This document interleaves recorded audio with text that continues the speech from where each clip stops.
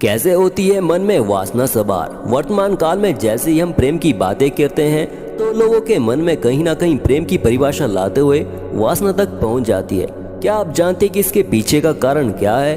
हिंदू धर्म के शास्त्रों में काम और प्रेम के देवता माने जाने वाले कामदेव हैं, जो मनुष्य को इस तरह अपने वश में करते हैं जिससे कि मनुष्य हर समय प्रेम और काम की तलाश में ही घूमता रहता है। अब सोचने वाली बात यह है कि कामदेव किसी मनुष्य को अपने वश में कैसे करते हैं।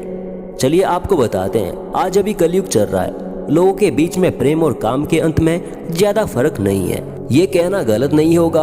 आज के समय में ज्यादातर मनुष्य कामदेव के वशीभूत होकर काम करते हैं, जिनके लिए काम में वश में आकर किया गया कोई भी कार्य पाप की श्रेणी में नहीं आता। कामदेव का ये प्रभाव युगों युगों से चलता आ रहा है, यहाँ तक कि स्वयं देवतागण भी इसके प्रभाव से नहीं बच सके। इसका एक सीधा सा उदाहरण शिव पुराण में वर्णित एक ऐसी कथा है जिसमें कामदेव ने देवों के देव महादेव को भी अपने वश में कर दिया था। जब भगवान शिव की पत्नी देवी सती अपने पिता के द्वारा आयोजित यज्ञ में सम्मिलित होने पहुंची तो वहां अपने पति महादेव का अपमान होते देख वो सहन नहीं कर पाई और उन्हें क्रोध में आकर वहीं मौजूद यज्ञ की आग में अपने आप को भस्म कर दिया। जैसे इसका आभास शिव भगवान को हुआ तो वो क्रोध में लाल होकर पूरे संसार में प्रलय मचाने का तांडव करने लगे।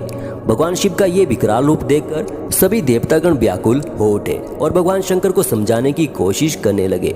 देवताओं के इस तरह समझाने पर महादेव को भी अपने क्रोध का प्रभाव पूरी सृष्टि पर होता दिखाई दिया और वे शांत हो गए। परम शांति को प्राप्त करने के लिए वे गंगा नदी के तट पर समाधि में लीन हो गए। वहीं दूसरी तरफ महाबली ताड़कासुर अपने तप से ब्रह्मा जी को प्रसन्न करके ये वरदान मांगा कि आपके इस पूरी सृष्टि में कोई भी पुरुष मेरे समान बलवान न हो, अतः मेरा अंत तभी होगा जब शिव से उत्पन्न पुत्र देवताओं का सेनापति बनकर मेरे ऊपर शस्त्र प्रहार करेगा। इस वरदान को पाकर के ताड़कासुर ने इंद्र को हराकर स्वयं इंद्र बन गया।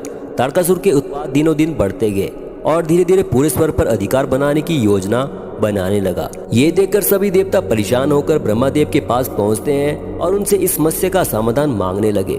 तब ब्रह्मा जी ने कहा, यदि ताड़कासुर का विनाश करना चाहते हो तो तुम्हें पर्वतराज हिमालय की पुत्री पार्वती का विवाह भगवान शिव से कराना होगा। लेकिन अब देवताओं के सामने एक समस्या खड़ी थी कि महादेव सती के वियोग में तपस्या में लीन होकर उन्हें इस तपस्या को कैसे भंग किया जाए, समझ नहीं आ रहा था। तभी देवराज इंद्र के मन में एक योजना आई और उन्होंने कामदेव को बुलाकर कहा, हे कामदेव, कुछ ऐसा उपाय करो जिससे कि भगवान शिव की रुचि पार्वती में हो जाए। देवराज इंद्र की आज्ञा पाकर कामदेव अपनी पत्नी रति को लेकर शिव जी के पास पहुंचे और उन पर अपने अमोघ अस्त्रों का प्रयोग करने लगे।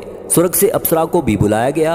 अंत में कामदेव ने स्वयं भोलेनाथ को जगाने के लिए खुद आम के एक पेड़ के पत्ते के पीछे छिपकर शिव पर पुष्पा बाण चलाया और ये पुष्प बाण सीधा भगवान शिव के हृदय में लग गया और उनकी समाधि टूट गई। समाधि टूटने के कारण भगवान शिव को बहुत क्रोध आया और उन्होंने अपने तीसरे नेत्र से कामदेव को भस्म कर दिया। अपने पति कामदेव को भस्म होता देख उसकी पत्नी रति विलाप करने लगी। कामदेव की हालत देखकर सभी देवता भी उनसे प्रार्थना करने लगे। तब भगवान शिव ने देवी रति को वरदान देते हुए कहा, तुम्हारा मायावी पति तब तक अनंग रहेगा जब तक श्री कृष्ण पृथ्वी पर अवतार नहीं हो जाता।